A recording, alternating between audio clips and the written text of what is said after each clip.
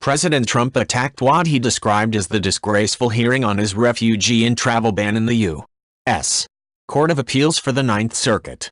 Speaking Wednesday to the Winter Conference of the Major Cities Chiefs Association, a group of police chiefs and sheriffs, Trump expressed dismay that the court case is going on for so long and argued that even people without knowledge of the law can see that his ban is legal.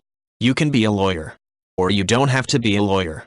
If you were a good student in high school, or a bad student in high school, you can understand this, he said. On Jan.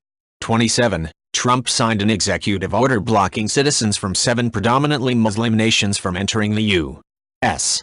The order largely affected citizens from Iran, Iraq, Libya, Somalia, Sudan, Syria and Yemen. It stopped people from these countries from entering the United States for 90 days. Trump's order also barred all refugees from entering the country for 120 days, and indefinitely halted the entry of all Syrian refugees.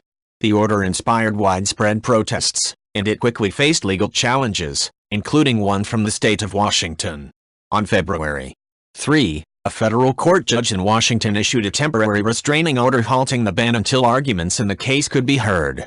Attorneys for the Department of Justice subsequently filed an emergency motion requesting an immediate administrative stay to block the ruling that suspended Trump's executive order. The 3-judge Ninth Circuit panel began considering the Justice Department's request in a hearing on Tuesday night. After about 1 hour of arguments, the judges ruled that Trump's ban should remain suspended while they continue to hear arguments. As he began his speech on Wednesday morning, Trump pulled out a piece of paper and offered to show his audience the supposed simplicity of the case by reading what's in dispute. He proceeded to recite portions of U.S. immigration law that grant the president broad authority to decide who may or may not enter the country. Trump repeated his argument that the law is so clear that a bad high school student would understand. Right double quotation mark.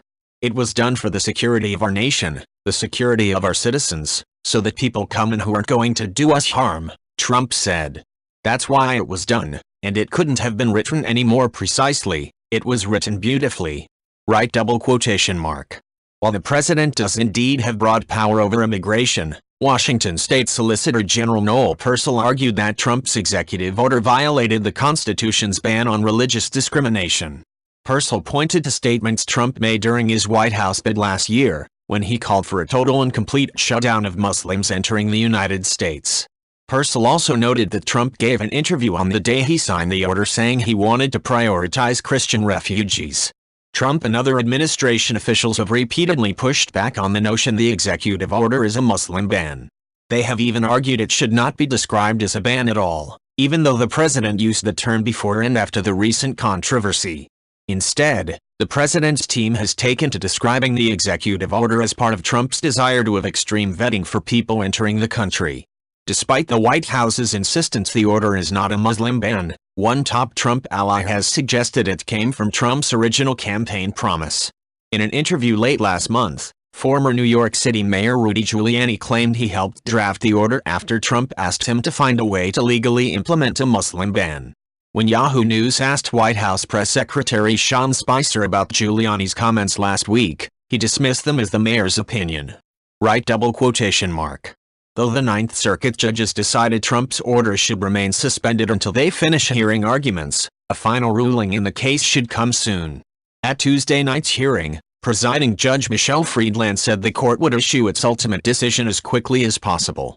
In his speech, Trump pointed to his presidential powers over immigration and expressed shock the court did not immediately decide to reinstate the order. He suggested the laws are so simple and obviously in his favor that this delay shows clear political bias from the judges. I watched last night in amazement. And I heard things that I couldn't believe. Things that really had nothing to do with what I just read, Trump said. And I don't ever want to call a court biased, so I won't call it biased. And we haven't had a decision yet. But courts seem to be so political. And it would be so great for our justice system if they would be able to read a statement and do what's right. Right double quotation mark. If you like this video, please leave a like and subscribe.